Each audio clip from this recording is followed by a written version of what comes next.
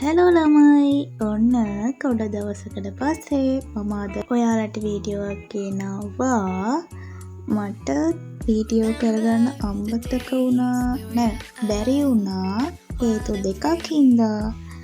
මම ඉස්සරහට කියන්නම් මට මොකද බැරි වුණේ කියලා. අතනග අපේ දිහා මාළු ටැංකි නෑ මේ ටැංකි නෙමෙයි මේ විල් කොහොම හරි මාළු ඉන්න විල් 3ක් තියෙනවා. චූටි මාළු, ලොකු මාළු ගොඩක් එක ප්‍රමාණෙ ඉන්නවා. ඉතින් මම උදේම එයාලට කෑම ගෙන අරන් තමයි මේ යන්නේ. ඇත්තටම මට තාම කතා කරගන්න එහෙම ලොකුවට බෑ වීඩියෝ එකට. එතන පැටලෙනවා.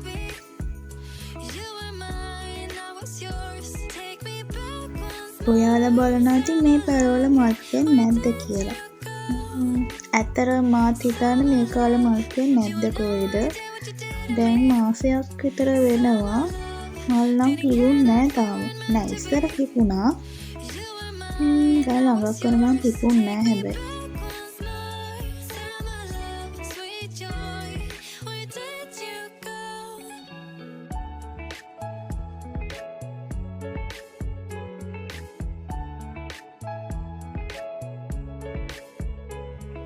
මගේ පැරතුනේ අලුත් නොන්ඩේල්ල එකත් බලන්නකො ඉතින්. අපේ ගෙදර පුරුද්දක් වගේ හැමදාම උදේට බුද්ධ පූජාවක් තියෙනවා. ඉතින් මම මේ හදන්නේ කස් කරලා කුරුල්ලන්ට දෙන්න. අපේ දිහා එතරම්ක කුරුල්ලැලක් නෑ. කලින් තිබ්බා තාත්තා එක අයින් කරා අපේ ගෙදර ඉන්න පූස් මහත්තයා එක උඩ නගින හින්දා. මේ දවස්වල ඉතින් මේ වගේ කරදර ගොඩක් තියෙනවානේ. ඉතින් මම එළියට ගිය වෙලාවේ ගහ ළඟ මේක වැහලා තිබ්බා. ඉතින් මම ඊටු ගේ ටිකක් තියාගෙන දැන් මේ හදන්නේ මගේ කොණ්ඩේ පීරන්න.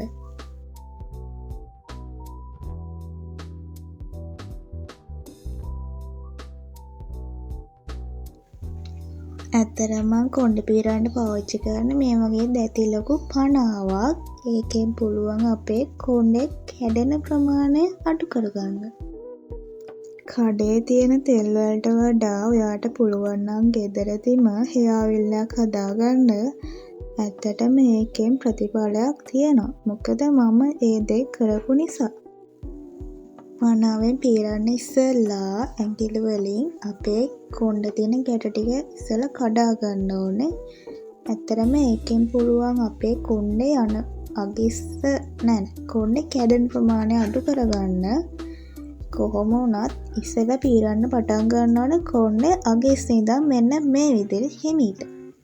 මම හදපු හෙයා ඔයිල් එක ඔයාලට පුළුවන් වුණොත් මම ඉස්සරහට ගේන්නම්.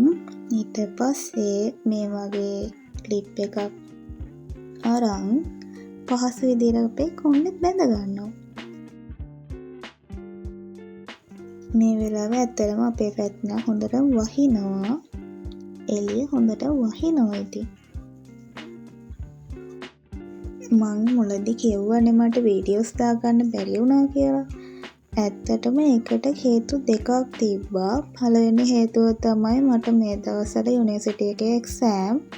දෙවෙනි හේතුව තමයි මම වීඩියෝ කරන ෆෝන් එකේ කැමරාවේ ක්වොලිටිය මදි කියලා ඇත්තටම මට හිතුණා. ඒ වුණාට ඉතින් මං චුට්ටක් කල්පනා කරලා මම ආස දෙයක් නිසා මං ඉතින් පොඩ්ඩයි පටන් ගත්තා. මට මතක විදියට මම ඔයාලට අන්තිම වීඩියෝ එකේ කිව්වා මගේ පොත් මේසෙ හදාගන්න විදිය මම ඔයාලට කියනවා කියලා. ඇත්තටම මට ඒක කරගන්න බැරි වුණා.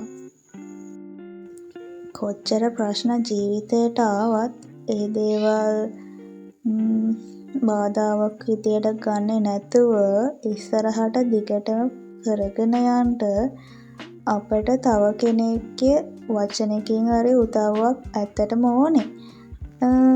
එහෙම කෙනෙක් ඔයාටත් ඉන්නවා නම් එයාගේ නම පල්ලෙහෙන් කමෙන්ට් කරලා යන්න.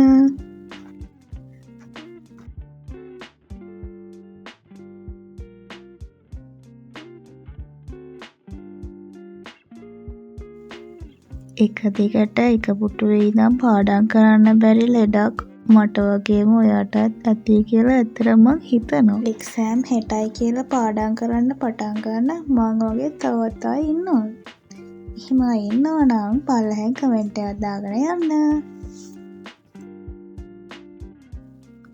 ඔයා මොකක් හරි දෙයක් පටන් ගත්තොත් ඇත්තට මේ පටන් ගන්නේ තව කෙනෙක් කරනවා දැකලා මාත් මේ වගේ කරන්න ඕනේ කියලා ඇත්තටම තරගයකට වගේ නම් මං හිතනවා ඇත්තටම ඒ දේ ඔයාලට සාර්ථක කරගන්න බැරි වෙයි කියලා. මොකද ඇත්තටම අපි ඒ දේට ආසාවෙන් නෙමෙයිනේ කරන්නේ.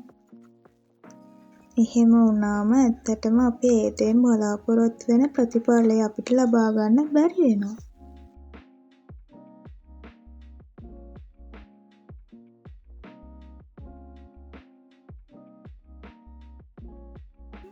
ඇත්තට මේක හිතන් හිටපු විදියට නම් එච්චර රසක් නෑ.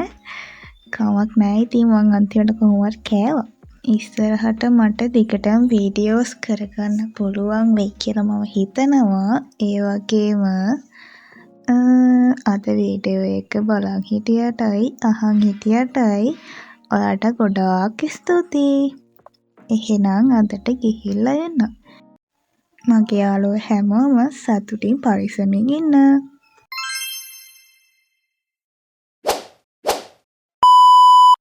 Paso pasaba que terminaba, se van a la